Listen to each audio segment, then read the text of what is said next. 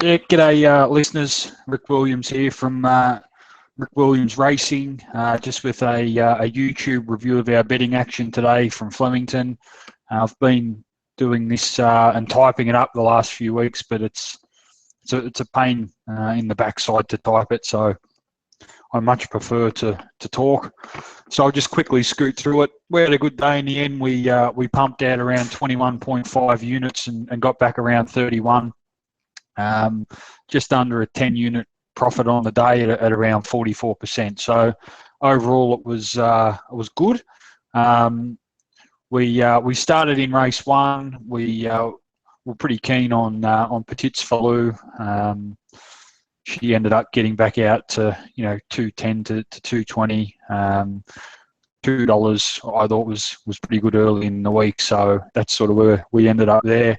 It wasn't a huge collect on the race. I did have a crack at a couple of Quinellas that I thought were quite good prices, 2 and 4 and 2 and 6, and unfortunately my Pipette and Serenade didn't really figure in the finish for us. They ran well, but just not up there for second. So a small profit on the race, which was a little bit disappointing because it was such a good win.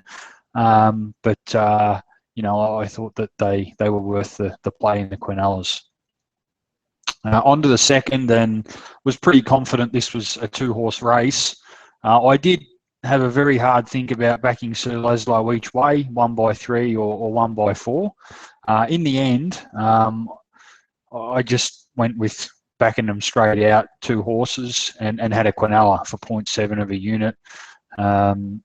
Unfortunately, Sir Laszlo didn't produce, but Albanetti did. We've been tracking her for quite a while now, as we mentioned in the preview to the members, and she looked to be cherry ripe today on the 7-day back up. About $7 was a fair price here, and she was just a little bit too good. So that was 2 from 2 for us, which was a good start. On to the third, and didn't bet here. As you can see by the rankings, they're all over the shop, so there was no correlation really in any of the figures we were measuring. So was happy to give it a wide berth.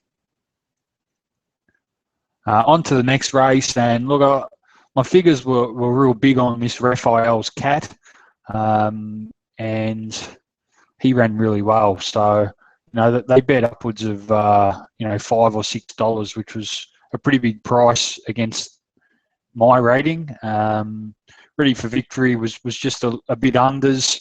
I expect Black Vanquish is a little bit of a saver, and I sort of was happy to go against the first up horse, King Like, which in the end was a decision that bit me in the backside, but that's just how I've sort of been punting lately. So I can sort of live with that, and in saying that, King Like sort of also improved significantly from what we've seen. So no joy there for us. We dropped a couple of units, and yeah, the winner was overs, but it was a risk, a poor one. On the race 5, and Disposition was the standout here. We alerted this bet on Wednesday, and $3 was snapped up. It just was too good for this field, and the horse is on its way through to a lot better races than this. Yesterday's Song was a horse we played with the Quinella, and he was just a drifter, and as that happens when they drift at times, nothing went right for it in the run. So it would have been nice to snag that, but that was not to be in the end of our Quinella plays for the day. So we spent about 4 units on the Quinellas and didn't get any back. 4 units on a 200 unit bank is about 2% of your capital. So we only sort of needed to snag one, and we've done quite well the last few weeks out of the Quinellas. So although we didn't enjoy a collect from them today, that they have been good to us. On to the 6th, and it wasn't a race I was really keen on at all. If that sort of happens, and I can, sort of see some good figures up the top here with a jockey or speed or class, I'm generally happy just to sort of spec the top raider. They do go well under those circumstances long term. But unfortunately, Lucky Hustler, he loomed up on the fence, but his condition just gave out late. And Churchill Dancer, we didn't back, and it got out late to $8, and was another one over the price that saluted. So the all overlay backers were on fire today off the set. And Worthy Cause was one we spec'd at odds. It was $26, and there was just a little bit of movement, and we sort of had 0.3 by 0.6, and he came right into the rating. So, he's a pretty quick horse, and he's one worth keeping an eye on. He can probably run a couple of big races over further. Onto the big one, and it was obviously a sit and sprint this race. It was a dawdling tempo to when they straightened, basically, and it was a 400-metre sprint home. Early in the week, I had Faulkner on top, and then by the time the final set came out, it switched around with Alpine Eagle. Either way, they were the two horses we backed here, and Faulkner was certainly gallant and did well to hold them off. And Alpine Eagle was back and wide. I don't think, due to the tempo of the race, the wide factor really, I don't think, bothered him. He really didn't have to exert a great deal of extra energy to keep up with that wide run, and it generally doesn't bother him too much. But certainly, when we measure how slow they went early, and the sectional that was produced late, it was, as they say, pretty much mathematically impossible for him to win. But I thought it was a great run. Obviously, would have liked to see him win to qualify for some of the bigger races, but I've got no doubt he's on track, and his run today was as good as a winner. And Faulkner, he was absolutely fantastic, and it's impossible to throw any rocks at that horse. He is just a great horse. So that were the two were on there, and such is the nature of the race, there'll be a fair bit of work going on here in the background, and just working out the sectionals. But a good race for us there.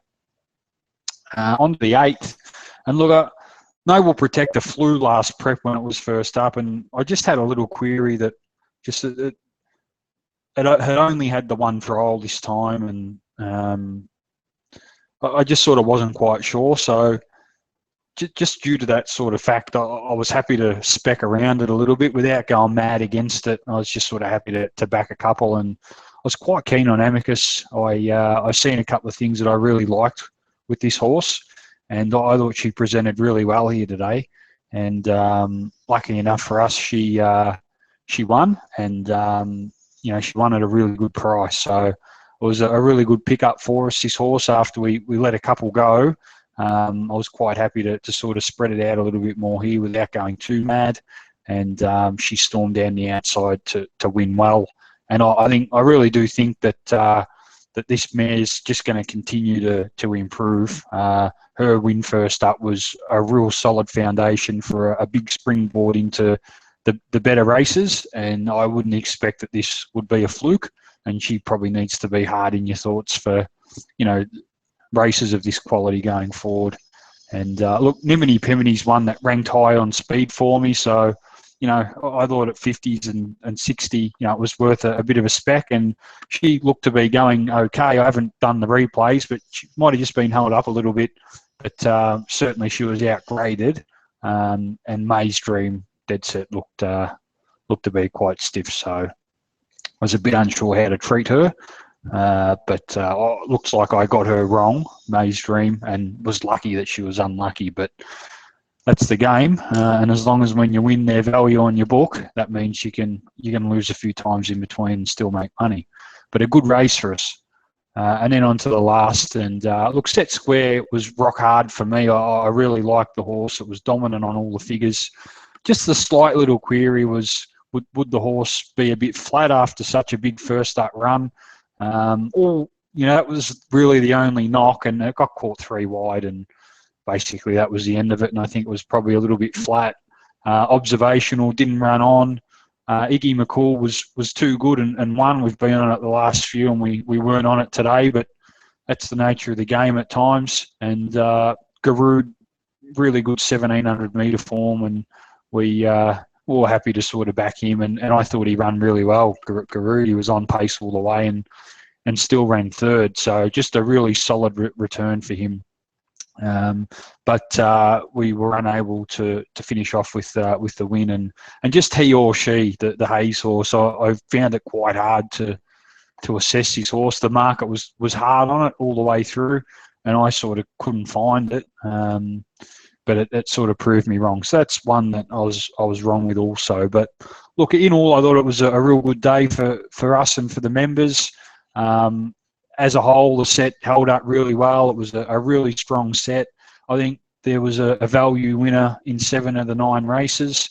And, you know, in the end, the way we played it, we pocketed around 10 units. So most of the guys did better with better prices than we've put in the sheet. And a couple of guys got the quaddie and one got it for 100%. And it's paid around $5,000, I think. So it was a good day for members and a great day's racing. And thanks for listening and all the best. And if you've got any questions, just let us know. So thank you.